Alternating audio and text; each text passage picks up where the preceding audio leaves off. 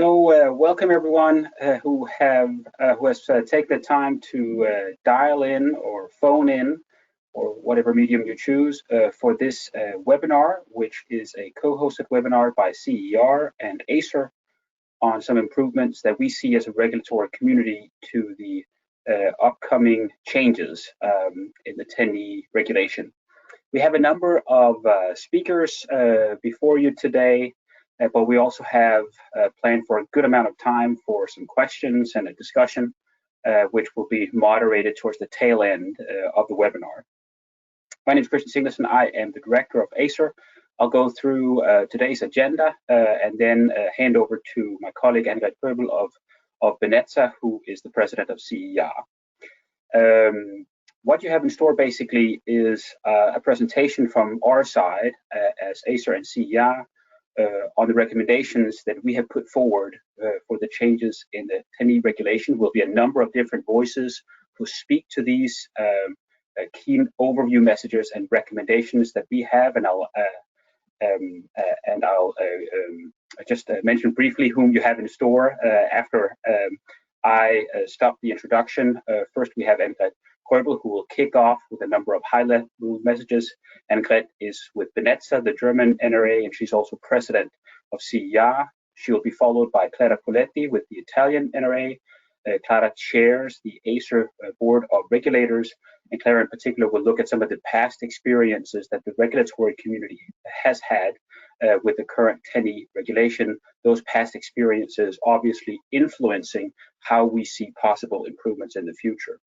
Then we have three different participants who will go through sort of three main chunks or groups of issues and recommendations that we have as a regulatory community for the improvements to 10E. The first is Christine, who is with the Austrian NRA. Christine chairs our electricity working group in ACER. And we have Benoit of the French NRA, CREU, who is the vice chair of our gas working group.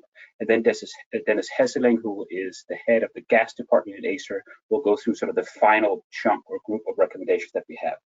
Then we have hopefully a fair amount of time for a discussion, for questions and so forth. That will be moderated by Annegret, and Annegret will choose a little bit whom she would like to see address some of the questions that you may pose, and then we'll seek to wrap up a bit in advance of 3 o'clock. So that's what we have in store for the next roughly 90 minutes minus 5. And if we take the next slide, just by way of very overall introduction of why we think, in all humbleness, that you made a right call in allocating 90 minutes for this webinar as opposed to the many other to-do things on your list. We think that the role of infrastructure is very likely to increase in the future for European energy systems. That is in particular because of the role of infrastructure in driving, if you will, an efficient pathway for energy sector decarbonization more broadly in Europe, whether some of those items are in the so-called EU Green Deal with its very many sub-items underneath, or indeed in a shall we say, ambitious economic recovery package focusing in particular on energy and the nexus between energy and climate change. So energy infrastructure and investment in energy infrastructure is likely going to grow in importance, and as such that raises the question, of course, whether current ways of doing things are fit for purpose, or whether there is a cause for moving, shall we say, from more incremental changes to more step changes, sort of. And if we just click briefly, if I were to highlight one particular quote from the Commission's recent energy system integration strategy, which I find quite pertinent, it'd be this one. If those who control the slides could just click one, we'll have animated a quote on screen, if you'll do that. If you can click that on. Right. So already on page 2, the discerning reader who is going through this energy system integration strategy might have spotted this particular sentence, which is one of my personal favorites, which basically states that without robust policy action, the energy system of 2030 will be more akin to that of today than a reflection of what is needed to achieve climate neutrality by 2050. Personally speaking, I happen to believe that is very true. That is a pertinent sentence. And I guess what it points to then is the need not just for incremental changes in the decade ahead, but indeed more step changes in the decade ahead. And I think this also holds true for infrastructure, of which the 10E regulation is a key component in the European framework. So that's exciting, of course, and we have lots to offer in terms of our thoughts and considerations as a regulatory community. And to kick that off a bit, I pass the floor to Anne-Grethe, who would have some overview messages. Please, Anne-Grethe, the floor is yours.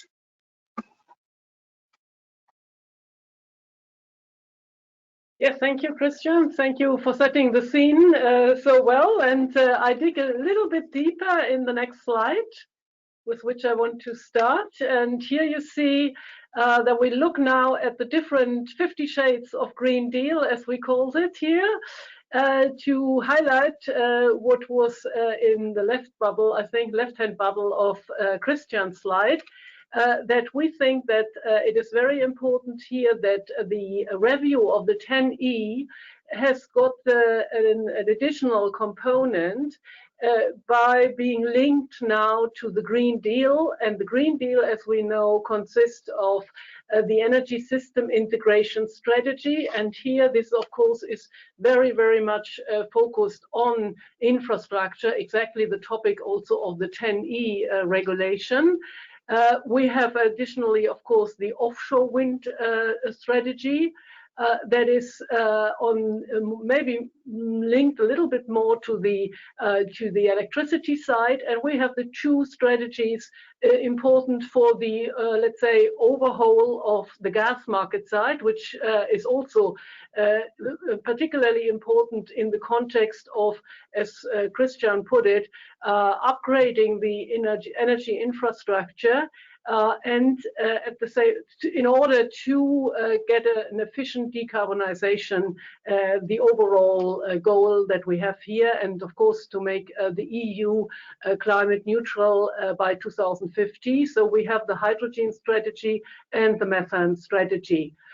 So that means for CEER and ACER, we have been involved heavily in the CEP process.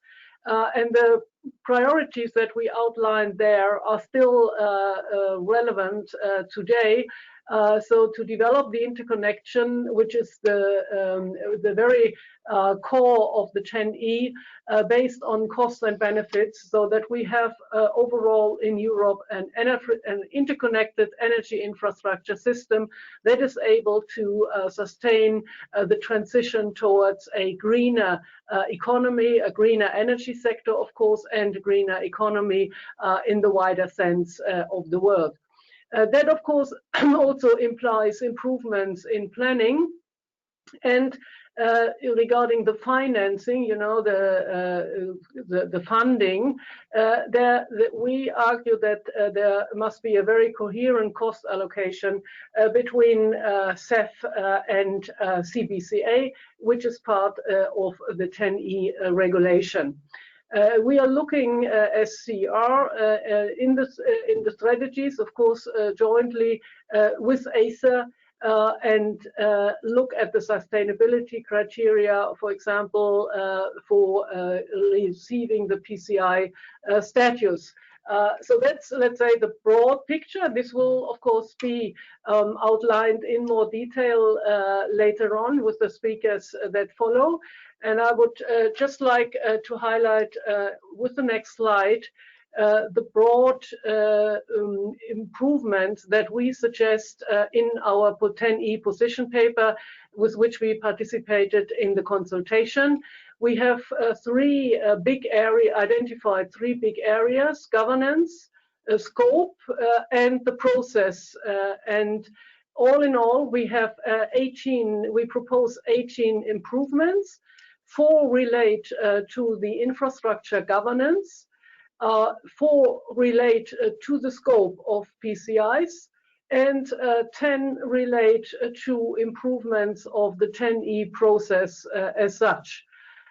So we want to identify, and with this we want to identify and unlock projects with a clear value. So clearly the cost-benefit analysis and the cross-border analysis is at the core. However, we also have realized that the processes are sometimes very cumbersome. So we advocate for a simplification of the processes and to improve and clarify the governance where needed. And as I said at the very beginning, last but not least, to integrate the Green Deal principles and to link the two legislative proposals, or the multitude of proposals that we see here, the 10E revision, with the broader scope and the broader targets and objectives of the Green Deal. I think with this, I can hand over to Clara Poletti as chair of the ACER-BOR. Thank you, Annegret. And now the 10E regulation is 7 years old. So we had time to learn some experience on the ground. During these 7 years, the agency and the national regulatory authorities have been closely involved in the implementation.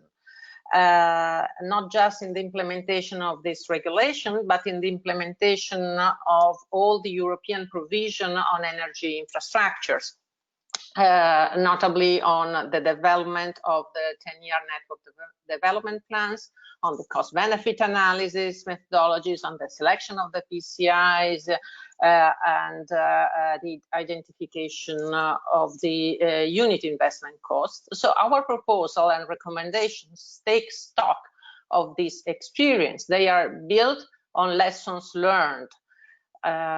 We think that the 10E regulation has indeed facilitated the development of the European energy networks. However, there is room to improve both the efficiency and the effectiveness of the process. So let me just give you some examples of lessons learned during these 7 years of implementations. First of all, a significant number of projects continues to be delayed, and sometimes for reasons that are exogenous to the promoters. So overall, there is no evidence that the major barriers to the development of the infrastructures with cross-border impact have been sufficiently tackled. On project selection, the process is relatively consolidated by now, but still there is no evidence that the identified priorities are optimally set, with most of the 10Y NDP projects being included in the PCI list. And of course, in the evaluation of projects, the CBA methodology plays a major role, or should play a major role. Unfortunately, this is not always the case. So there is room and need for improvement there as well.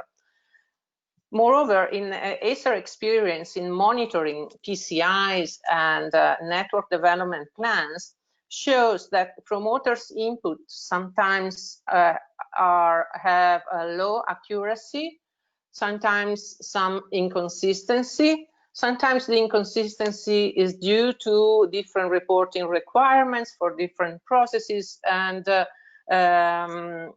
promoters' claims for confidentiality, sometimes inappropriate claims for confidentiality.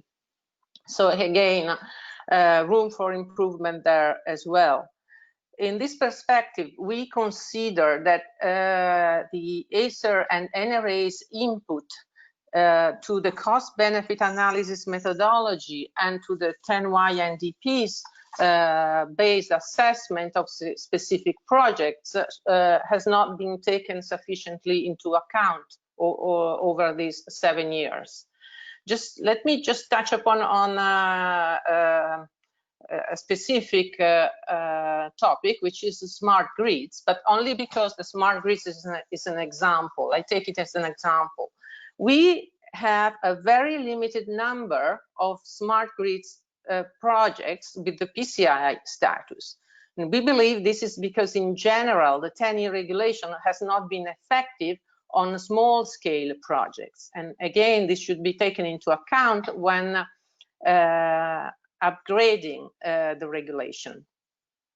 On the risk-related incentives, a few proposals by TSOs and few decisions taken by NRAs have been taken by NRAs on risk-related incentives. And that seems to suggest that the national regulatory frameworks are sufficiently cover the risk associated with infrastructure development. So maybe that's something that deserves some attention. Next slide, please. So those are just examples of what we have learned and the experience gained. And what about the future?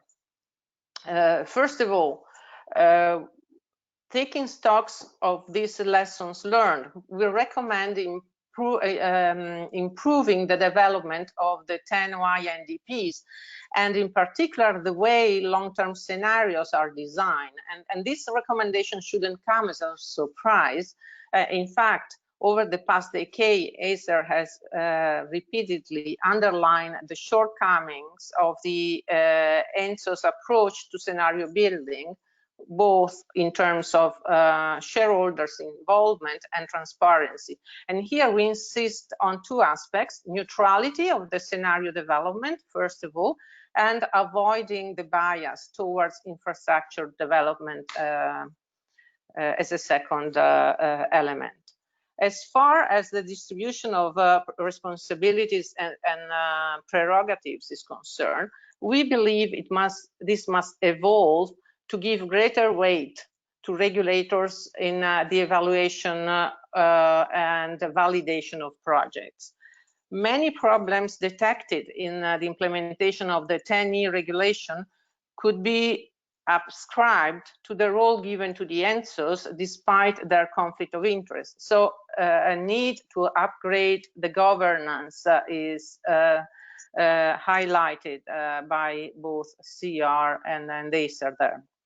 On the scope of the PCI projects, we need to be able to identify and unlock projects which have a clear value for the society. And in this perspective, the sustainability criteria need to be strengthened. And this is particularly true for gas projects. Now, this is just the overall view, and I give the floor back to Annegret,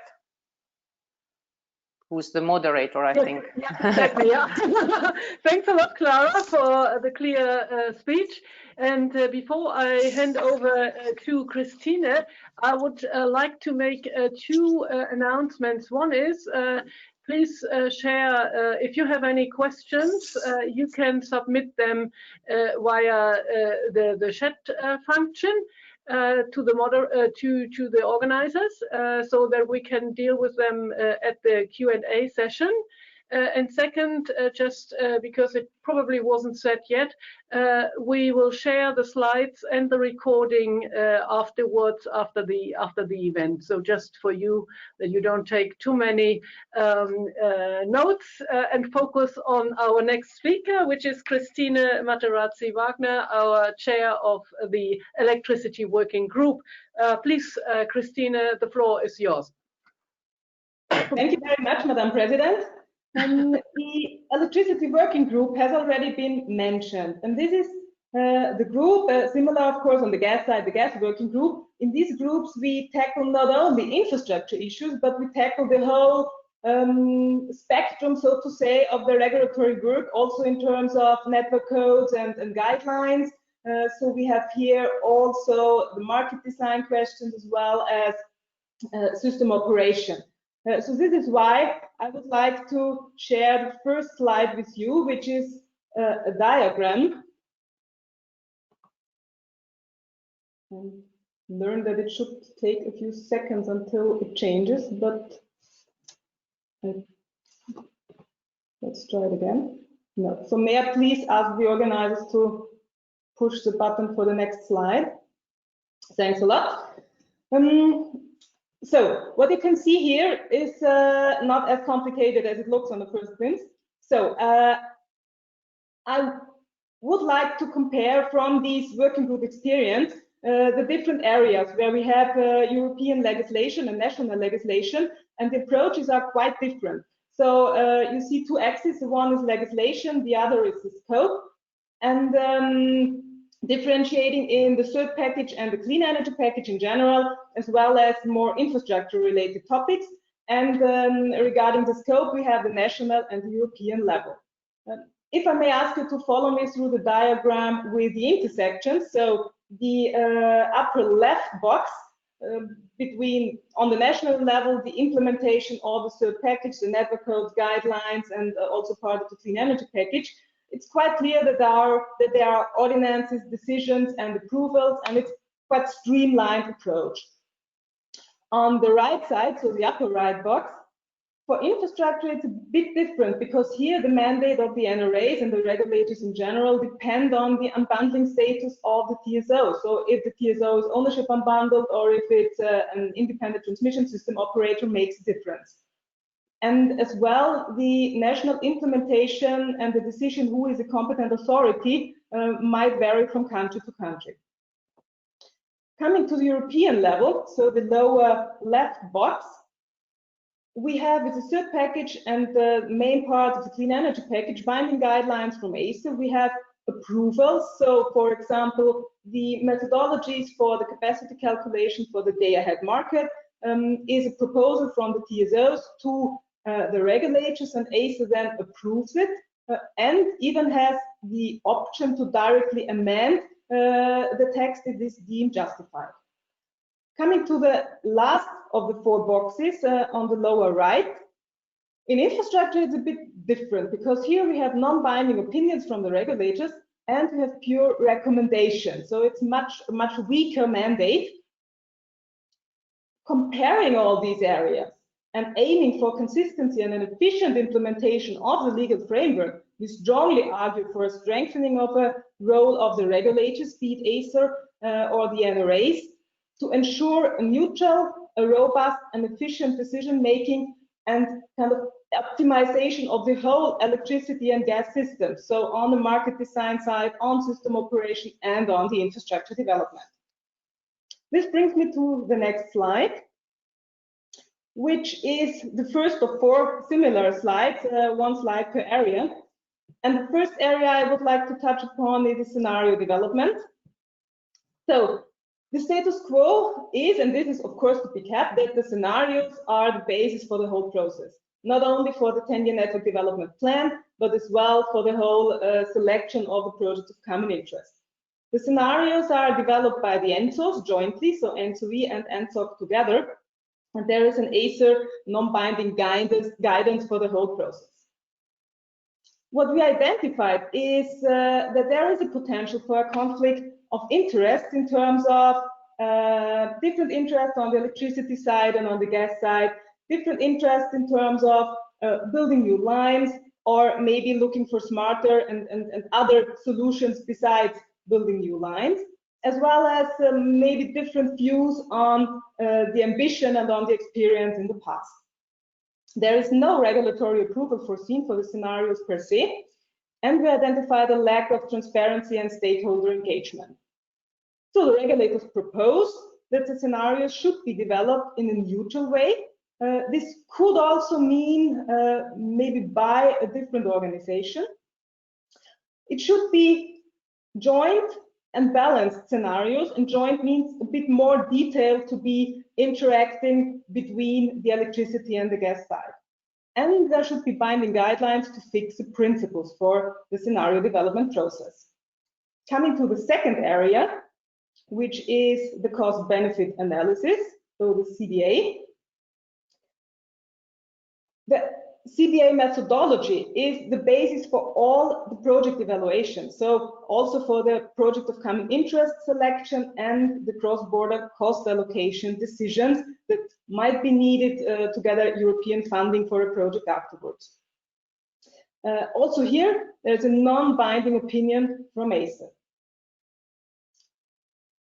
One of the problems is that we have still in the methodology non-monetized and non-quantified benefits which are quite hard to grab and to, well, the word says it, they are not quantified, so it leaves open a range on how to consider this type of benefits.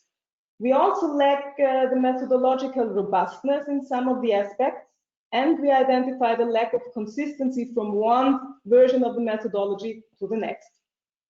The proposal would be, again here, binding guidelines from ACER, and ACER to approve the CBA methodology and potentially also to amend. The third area tackles the 10-year network development plan. The TYNDP is the basis, and it's a huge, well, in fact, it's not one document, but it's a huge bundle of documents every 2 years, and clearly is the basis for the European infrastructure planning. For the whole package, there is a non-binding opinion from ACER, and it has been already mentioned earlier in the webinar that the recommendations in these ACER non-binding opinions are often not taking into account, which leads to still occurring inconsistency between the different parts of the TYNDP, also lack of transparency, and a lot of other aspects that, by the way, you can, of course, fully find in all detail in our position paper on the 10-year review. So the proposal would be binding guideline from ACER, and here as well, ACER should approve the whole TYNDP package and be in a position to also request amendments. And this is critical for the TYNDP because it could be additional data, it could be additional modeling, so there might just be more information needed from the end source. And coming to my final and fourth slide in that section, which deals with the national development plans. We have an NRA obligation to consult, monitor, and scrutinize these national plans. And there is an ACER non-binding opinion on the consistency between the national and the European plans. The problem is, and I mentioned that in this complex diagram on my first slide, that the NRA scrutiny depends on the unbundling status of the TSO. And we face also different national implementation in terms of the competent authority, for example. So there definitely is a lack of consistency. And what the regulators propose is to have a mandatory national development plan for any member state. And this should be a single NDP for any sector. So even if there's more than one TSO in a sector, there should just be one single joint plan. And the NRAs should approve and amend these national development plans. And the last point is that the projects that are identified in the national plans as of cross-border interest should automatically be inserted in the TYNDP for further processing. So, by concluding on my session, I again would like to stress the main similarities of these four areas. So, an extended legal mandate for the regulators might, as it's foreseen in the recent new legislation, so for example in the clean energy package and the new ACER regulation, might also be helpful and future looking in the infrastructure area, especially as these areas are so linked. So you can't have network planning without an idea on the market design and on the system operation. And the main instruments, allow me also to repeat that, would be binding guidelines to fix the principles and a regulatory approval and possibly a direct amendment of the methodologies if this is justified. With this, I thank you and give the word back to you, Annegret. Thank you, Christina, for this detailed presentation. And with this, we can move to the next slide. And I see already Benoit, who is the vice chair of the gas working group and will replace Petro. So over to you to explain the second area, principles for PCI scope. Please, Benoit. Thank you very much, Annegret. So after all these previous developments, highlighting some key topics, and especially on the infrastructure planning, now the question I'd like to address is about the PCI scope and with 4 different items. Trying to switch to the next slide. Then the first thing is about, well, the energy infrastructure categories. As it's been said, we have now some experience about the implementation of the TENI guidelines. And what is absolutely clear is that with the Green Deal and also the Clean Energy Package, we are entering into a new era where the development of renewables and energy efficiency are becoming the main pillars of our energy policy. So the key question is how to best translate that into the legislation in order to focus on the most relevant infrastructure projects and make them projects of common interest. When we look at the current situation, the first thing is that the TYNDP, and it's been mentioned by Christine, is for sure developed by the TSOs with this question about a potential bias towards infrastructure solutions when others might be also relevant. That's the first element. The third statement is that PCIs mainly focus nowadays on regulated investments. And in the future developments, that picture may change a little bit.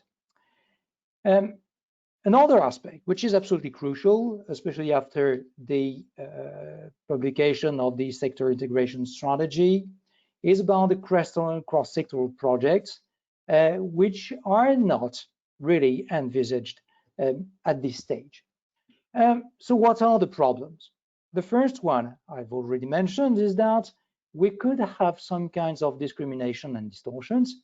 What we talk about here is to avoid addressing projects that may be of interest, even though they do not really concern electricity or gas grids. Another aspect which is linked to the efficiency of the system management, which is the electricity storage activity. And we see that there are some solutions that can be potentially brought by electricity storage. Other aspects of the decarbonization are also not really addressed, which is not surprising because this legislation was drafted at the beginning of the years 2000.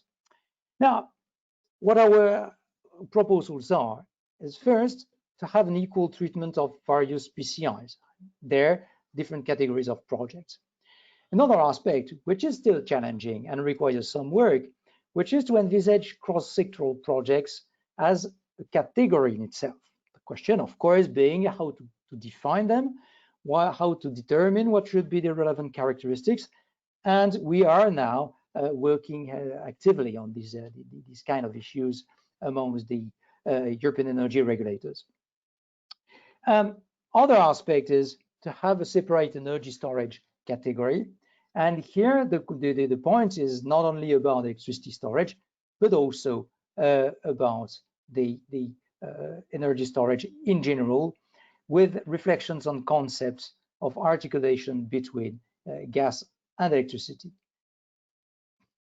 So we can move to the next slide then.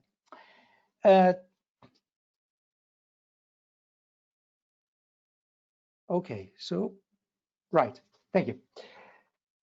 Second aspect, the improvement of how to improve the governance of the selection process.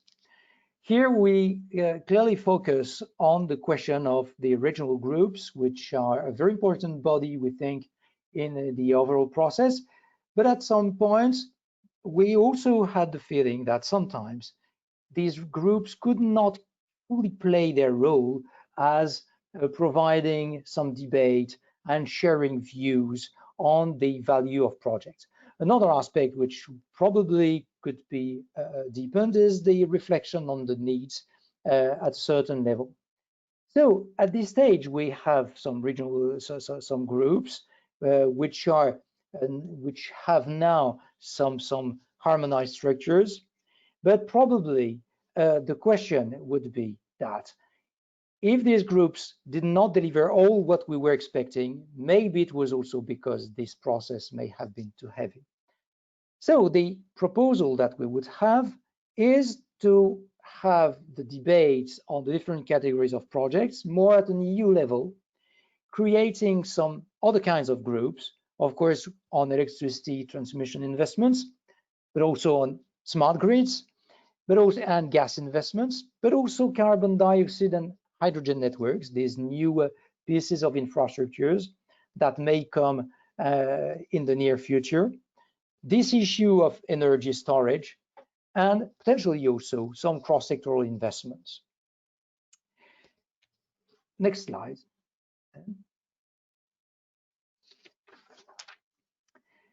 The third aspect on which we wanted to insist is this question of small-scale projects. As we all know, the question of energy transition is largely about the development of decentralization. The renewable energy sources are developing at a quite decentralized level, and the role of DSOs is clearly increasing in the energy systems nowadays.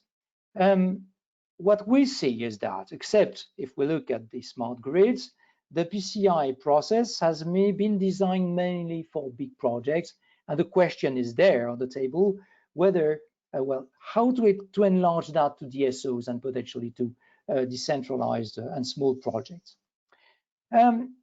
For sure, we see a clear need for good coordination between the transmission and distribution level.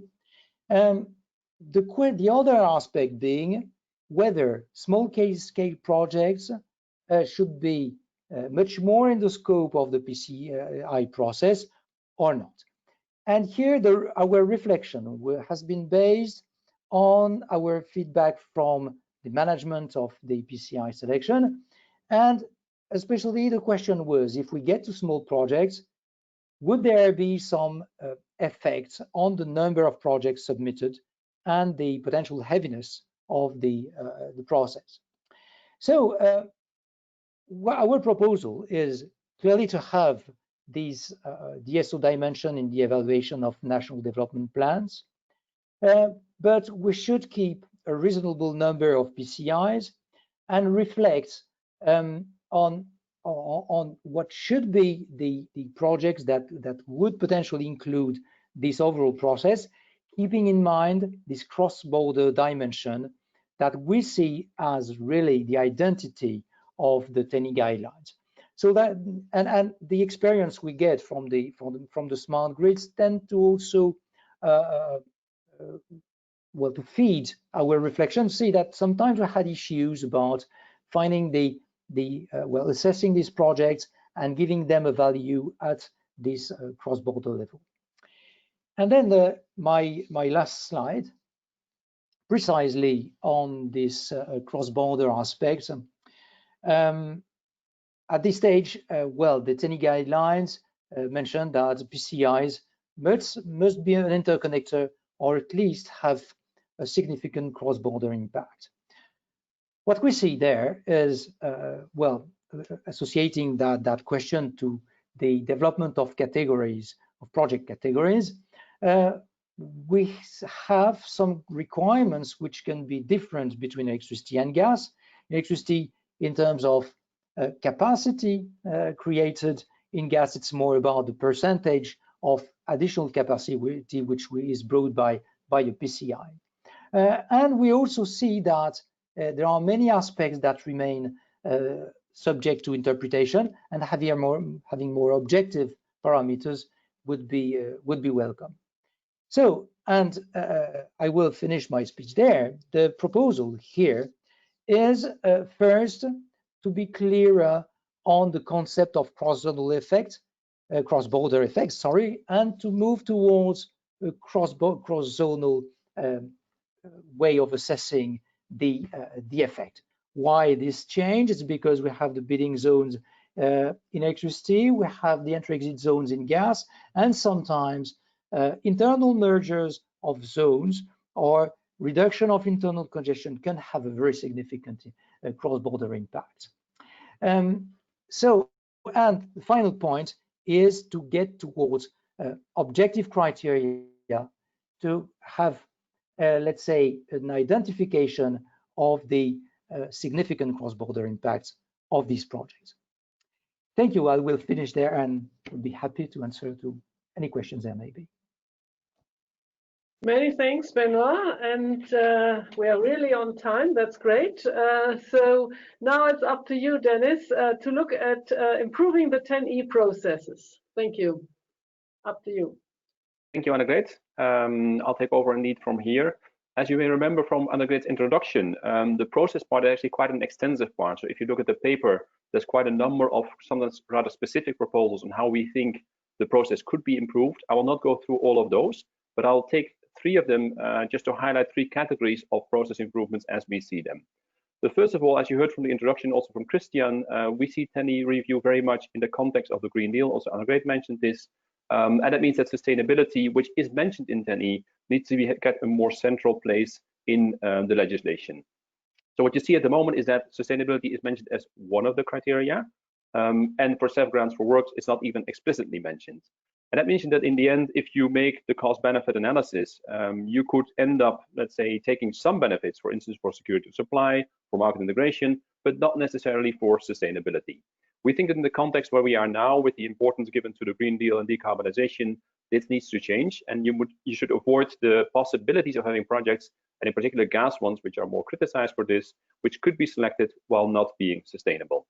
And that means that our proposal here would be 2 things. One is to require projects, in particular gas projects, to show a significant contribution to sustainability in order to be eligible for the PCI status and for CEF funding, and also to require explicitly sustainability requirements for CEF grants for works. And we think that in that way, sustainability can get a more central place in the revised 10E regulation.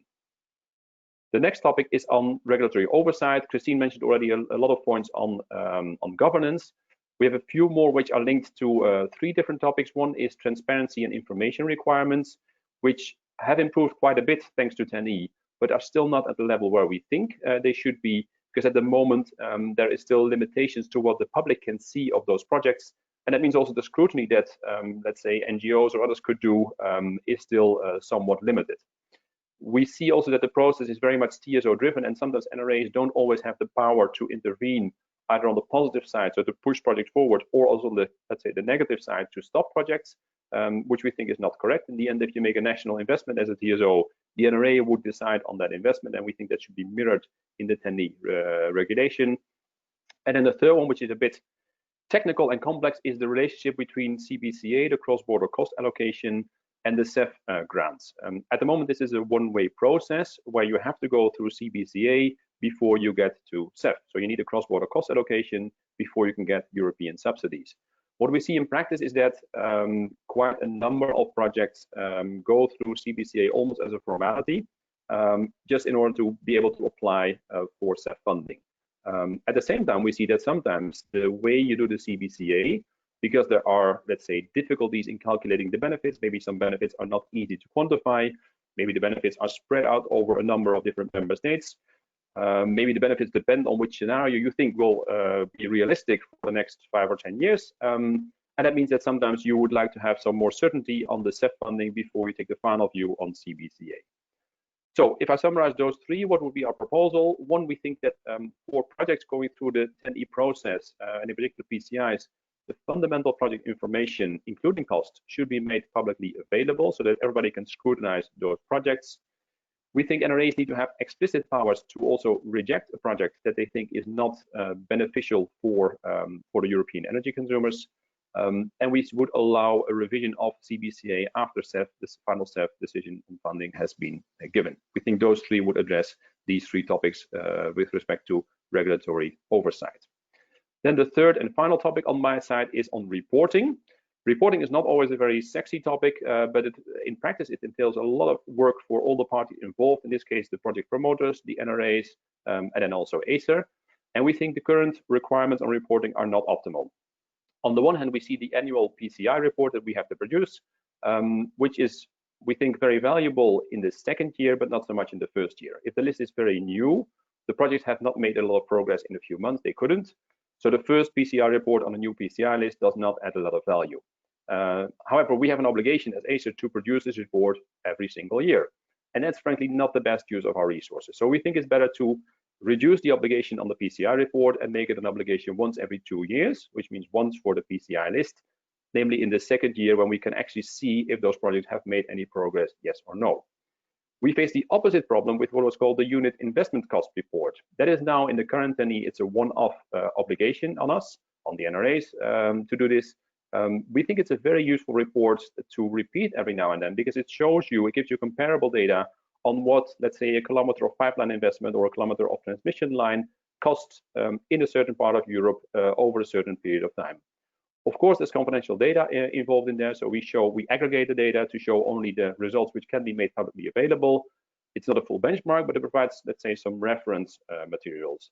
However, at the moment, we lack a legal basis to request this information, which can be sensitive, of course, and therefore we think the unit investment cost report should be made an obligation once every 4 or 5 years, maybe.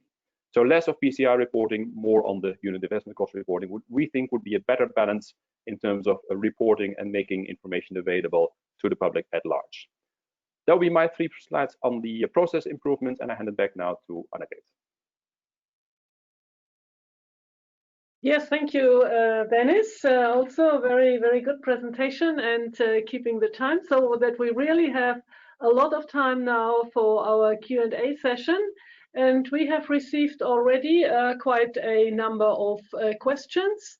As I understand, not everyone can see the questions, so I will read them out and then also ask who can and ask someone to answer them.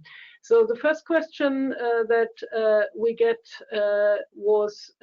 got how exactly does ACER propose to improve the transparency of the GYNDP scenario development process? And how does it propose to increase the responsibility of ACER and NRAs in this process?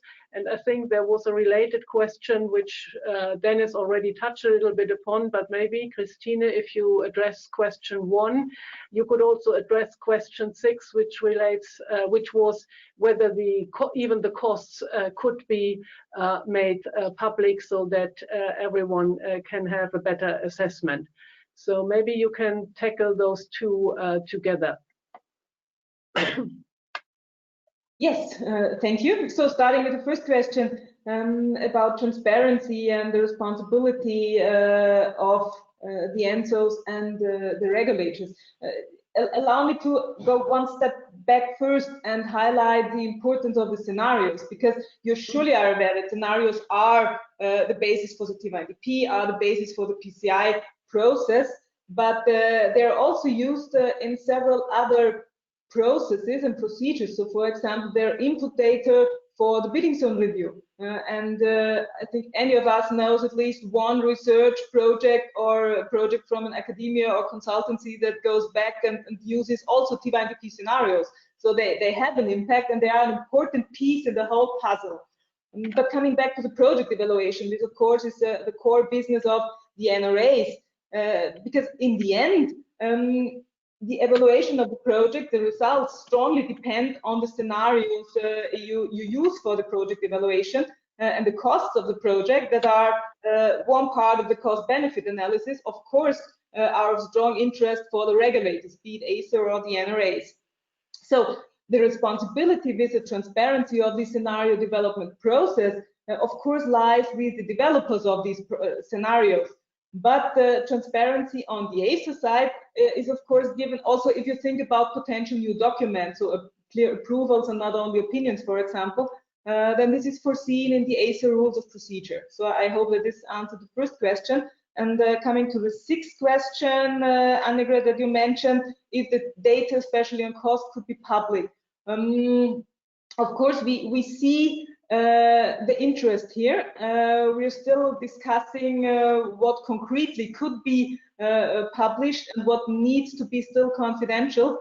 And of course, it would be the idea to go as far with transparency as possible, because only with this data you can then have a proper, well, evaluation or comparison of the project. So we see that there is interest from the project promoters and from the TSOs, and we're touching that further on.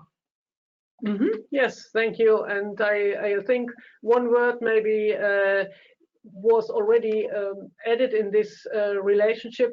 To aggregate the data may help to avoid confidentiality issues, because I think you raised an important point, and I think the point that Dennis made in that regard, to deal with it with aggregation might be an option. So thanks a lot for the extensive answer. I think that was very clear.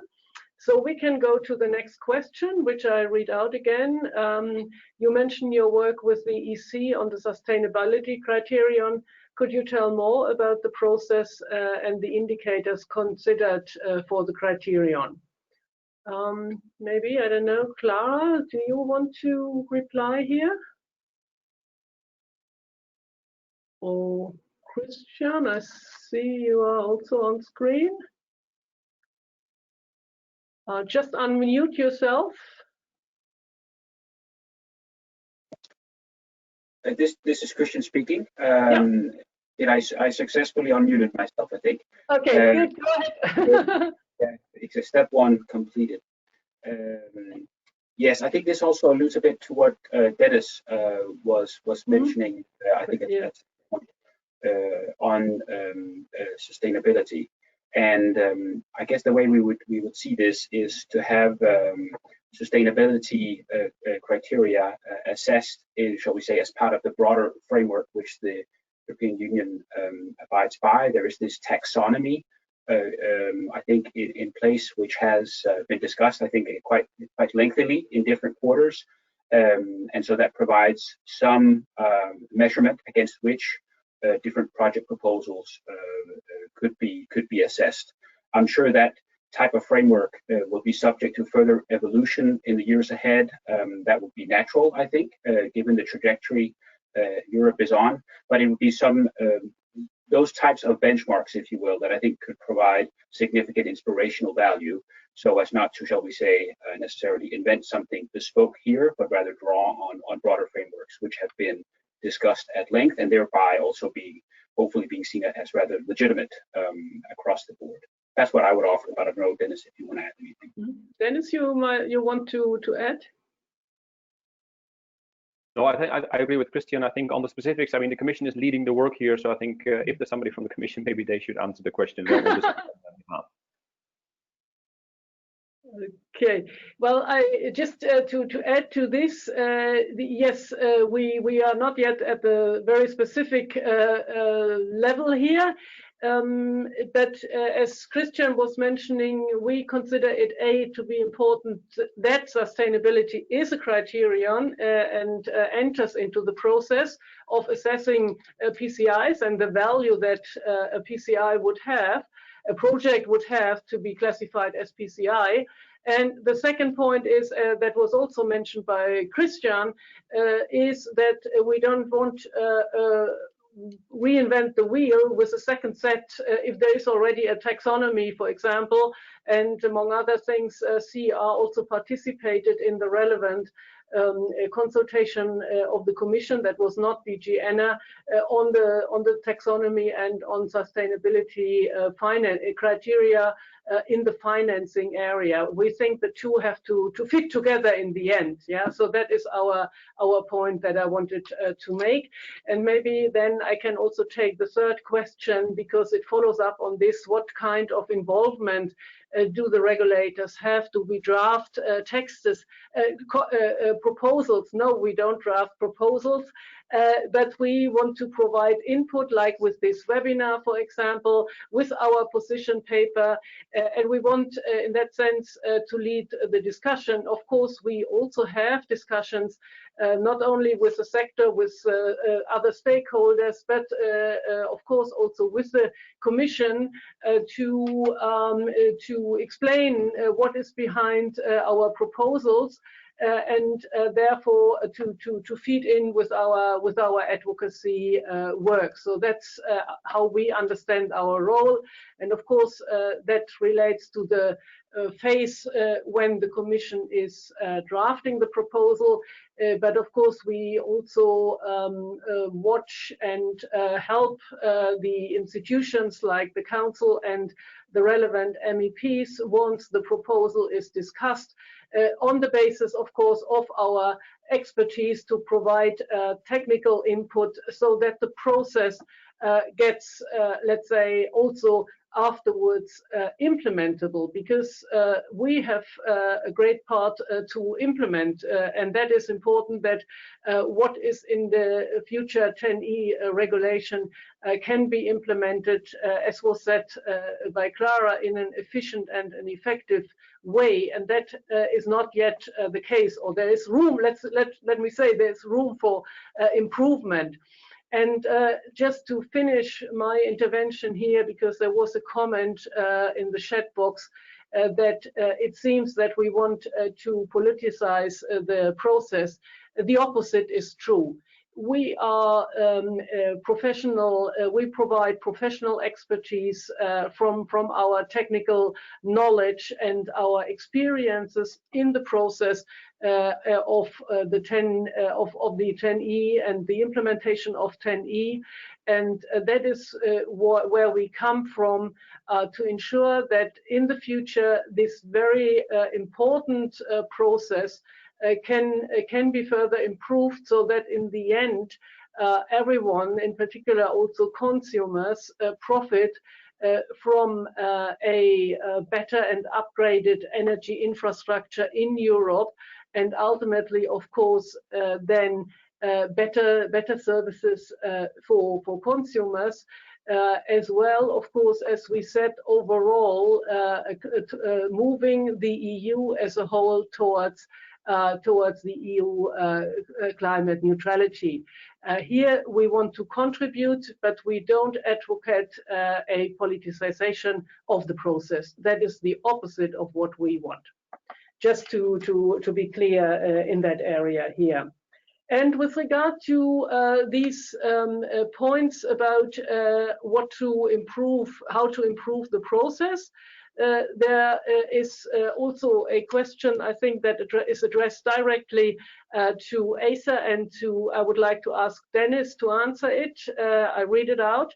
Does ACER plan to upgrade its annual reporting on PCI project implementation into detail on projects, why they are not going ahead, and possibly with proposals on how these projects can move ahead? I think part of the answer was already in your slides, but maybe you want to expand a little bit more. Please, Dennis, and of course also Benoit and Clara afterwards, maybe if you want to add. So Dennis, please start. Yeah, thank you. So thanks, Adam, for the question. I think it's a good one. In general, I think we would like to upgrade the report. So if we can move from, let's say, an annual report to a report every 2 years, it gives us more flexibility to look a bit into more detail. I don't think we'll easily go into individual projects, because that's quite specific and maybe not the most added value at European level. However, we could take some topics which are common to a number of projects, like the one you mentioned, the delays. At the moment, the treatment is a bit superficial. We ask the question to project promoters, but we don't really have the time and the data to really analyze what is behind it. And I think if we would move to once every 2 years, we could pick a few topics every 2 years, where we dive more into detail and we provide more analysis and more insight. And I would definitely like to go in that direction if we can. Okay, thank you. Anyone to add any point here on that question? Yes, to say that yes, we think about the how to make projects happen. Actually, what we see is that we still have some PCIs that go ahead, and it's not easy to really understand why there are some projects are late or not really progressing. But what we also know is that these projects, when they are big, are often quite challenging to move ahead. So, but well, our feeling is that when we look at these projects which do not evolve over time, the question is whether there should be PCI for all. I mean, and that's the question. But fortunately, I mean, the PCI process is run every 2 years, which leaves the possibility to reassess also the needs and the relevance of various projects. Mm-hmm. Okay, thank you. Now we have the next question relating to how do we want to involve the DSO entity, the new EU DSO entity in the process. I have no particular favorite here, so if anyone from my colleagues want to add. I mean, it's Yes. it's a complex question. Yeah. This question. No, I mean it's not straightforward. I mean, as regulators, it's difficult to have a very strong view on well the legal aspect, whether there should be a formal process or not. I mean, it's more the role of the Commission to look at this. What is clear is that we're getting to more decentralization, and the development of renewables requires some also some inputs from the DSOs, and that's the general statement. Christine mentioned the development of the TONDP and especially the scenarios, and when we look at this scenario process, to say that we are aware that it's a complex process and something quite heavy, but it's very important that all the relevant parties are included. And here, to get the relevant picture of what is really developing in the system and how to build an accurate picture of what the energy systems will look like, let's say in 10 to 15 years, it's, I think, crucial to have also the DSOs there to point out some developments in terms of, well, technologies and so on, and to give the elements about the volume of renewables that are about to be integrated in the future. So here, the point is DSOs clearly have a role to play. It's very important that they are there.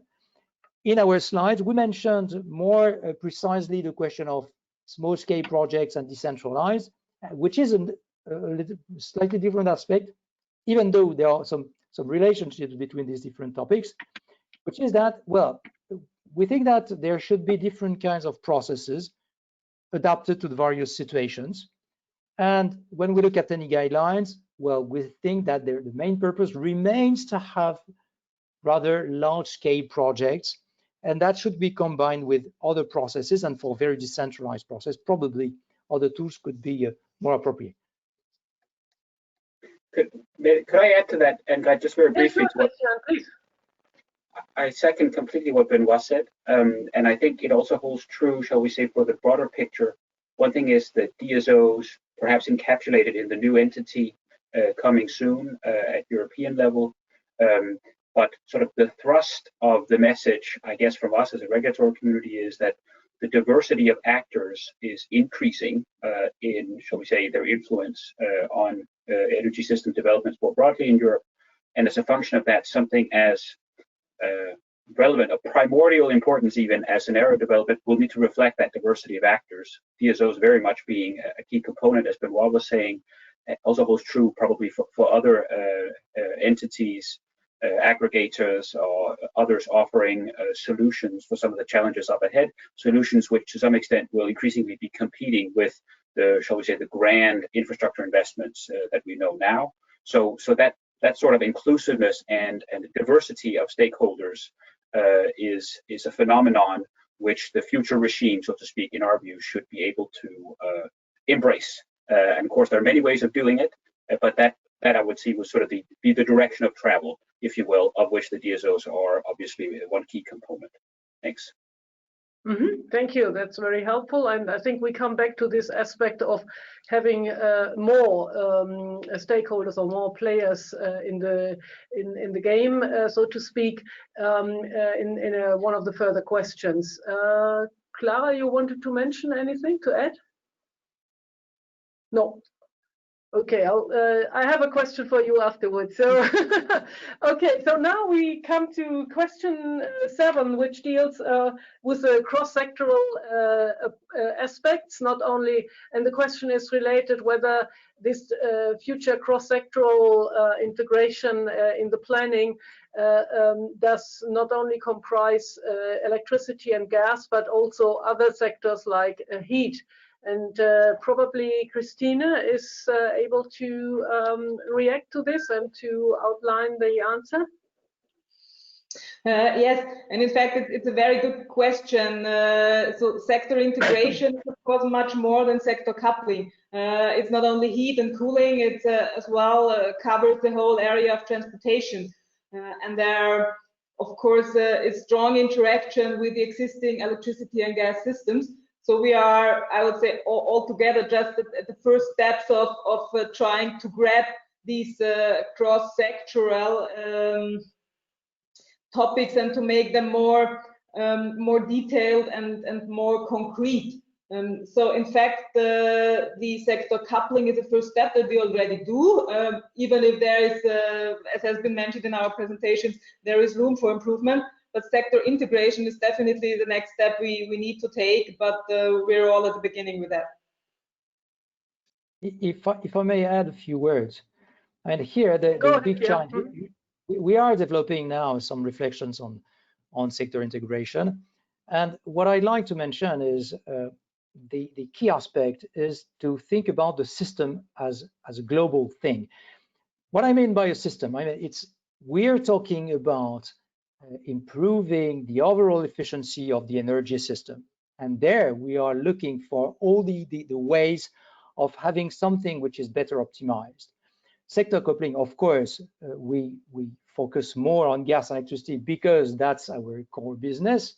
But look, we are nowadays reflecting on hydrogen, and there is I think it's an interesting example, because hydrogen, is it something to be seen as an energy vector? Are we talking about power consumption?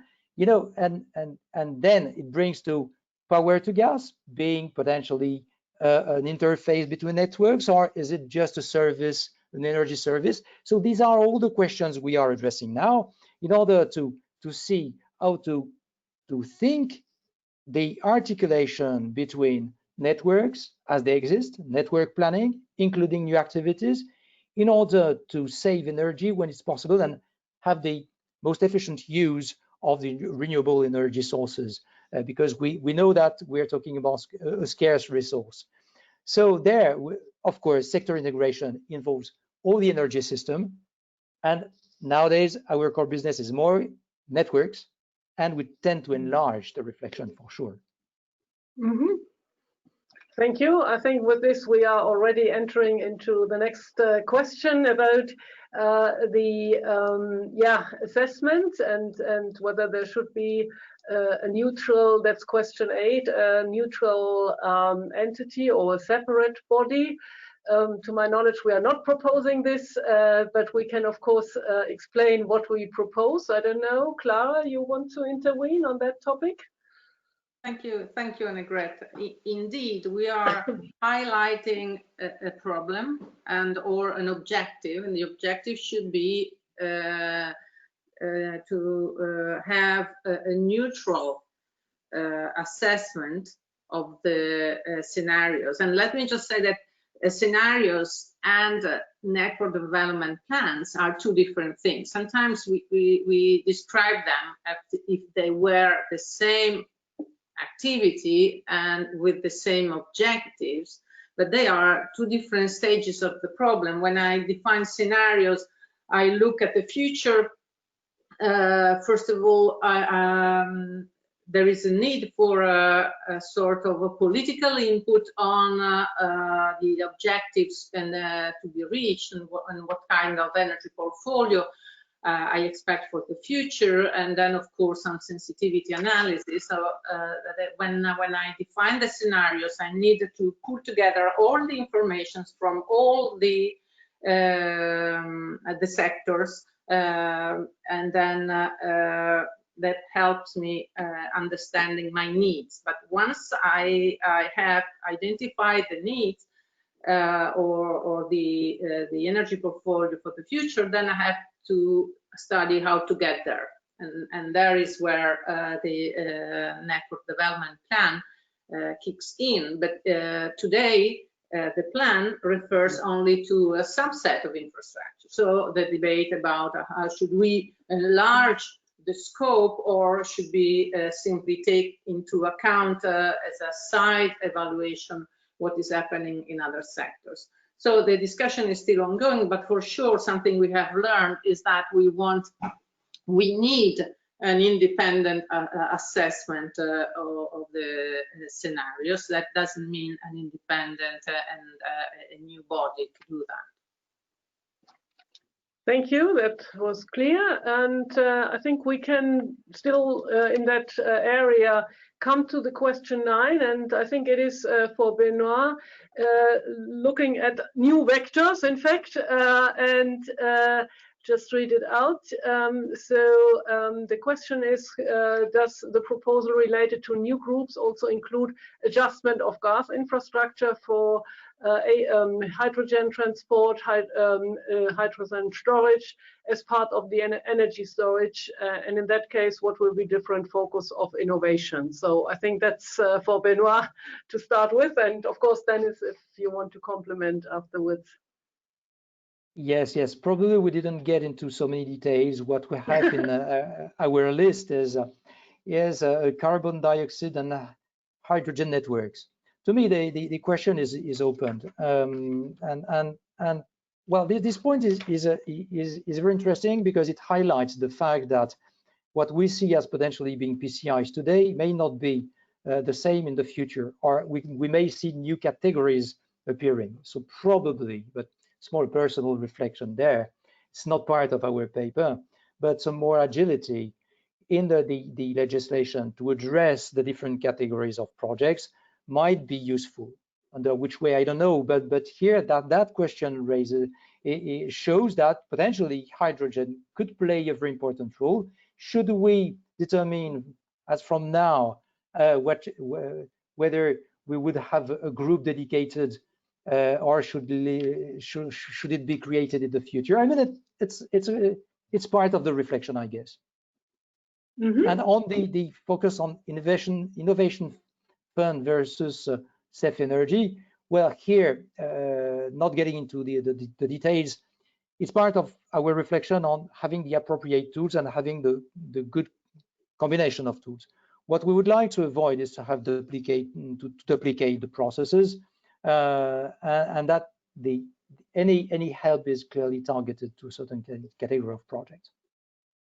Mm-hmm. Thank you. That's very clear. Just want to remind everyone that ACER and CEER also had published in November last year the so-called gas bridge paper, where we also deal, among other things, with this aspect. So just to refer you also to this paper.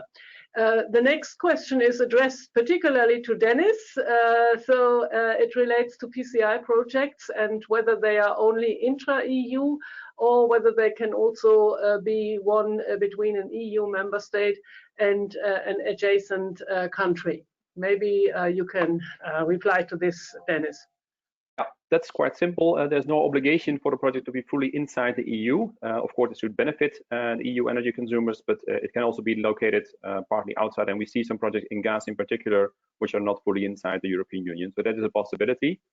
Maybe I can add, now that I have the floor, one thing to what Benoit said on these different categories. I would warn against making the categories too specific, because as Benoit said, these can change over time. So I think we should think about meaningful categories. And for instance, I would not make a separate category for hydrogen storage. I think there's a category maybe for energy storage, which can have different time frames. It can go from batteries to pumped hydro to natural gas to hydrogen storage, which are maybe all in the same category. And maybe the applications will evolve over time. But I think the category should be broad enough to look into them in a meaningful way and to have some robustness over time. That's just one addition to what Benoit said on the previous question.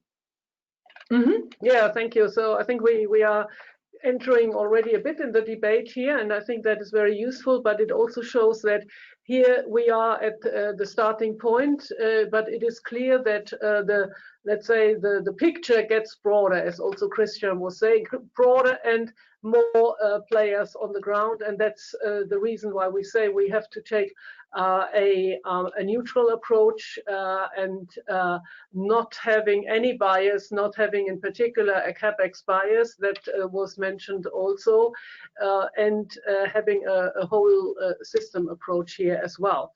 The next question, in fact, goes now a little bit more into the technical detail, and it is the question that I would like to ask maybe Christina to expand a bit more about the threshold and for the significant cross-border impact of a PCI, and how these thresholds, single thresholds for electricity projects can be linked to cross-zonal impact and to projects linking to zones and for zone internal projects. So maybe you can expand on that one.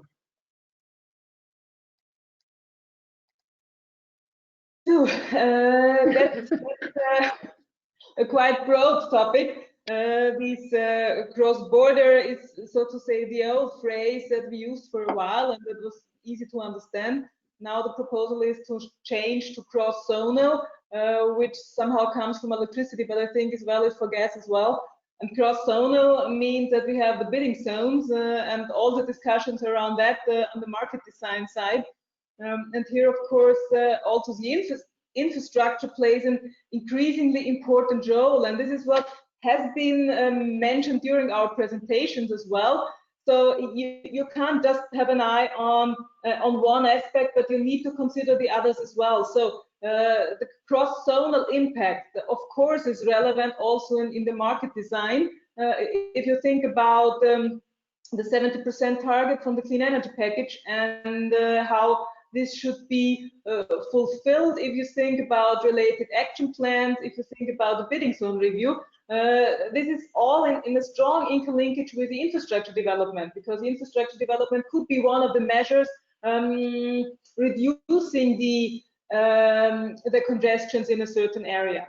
So this cross-zonal perspective is a very important one, and also in shorter term horizon. So coming from the long-term 10-year perspective of the infrastructure planning to very closer or closer to real time in terms of redispatching, everything is cross-zonal in the future, and this is why we think also the infrastructure development should have an eye on that specific categorization. And even if you have now a situation where most zonal borders are country borders, it's still worth to think about future development under that aspect. Thank you for outlining this. This also, I think, already answers the next question, which also deals with the details regarding change from cross-border to cross-zonal. I don't know whether anyone else wants to add anything on the gas side, maybe. Yes, no, I mean here the Yes. point is to give some precisions more than completely changing the spirit of the legislation. And the project between Italy and Tunisia was mentioned in the previous question. To me, the idea is not to touch upon this, but just to clarify what we talk about. We moved from cross-border to cross-zonal because the market design is as it is. That we did not mean to affect the projects with third countries.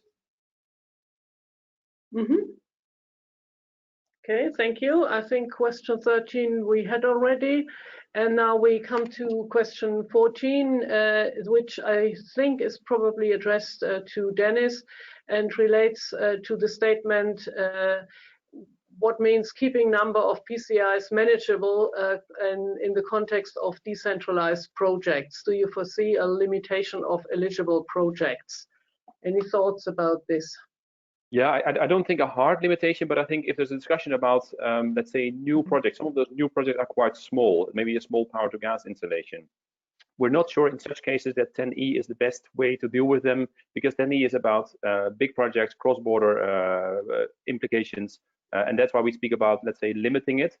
there are other funds available. A number of people in the chat have already pointed out to other funds which are available at EU level to promote innovation, maybe at a smaller scale. There may be national measures available, but we're thinking about, let's say, limiting 10E as it is now at the moment to bigger cross-border projects. Maybe a word on that. The idea is not to limit. The word is probably not the good one, is to focus more, to target the right projects.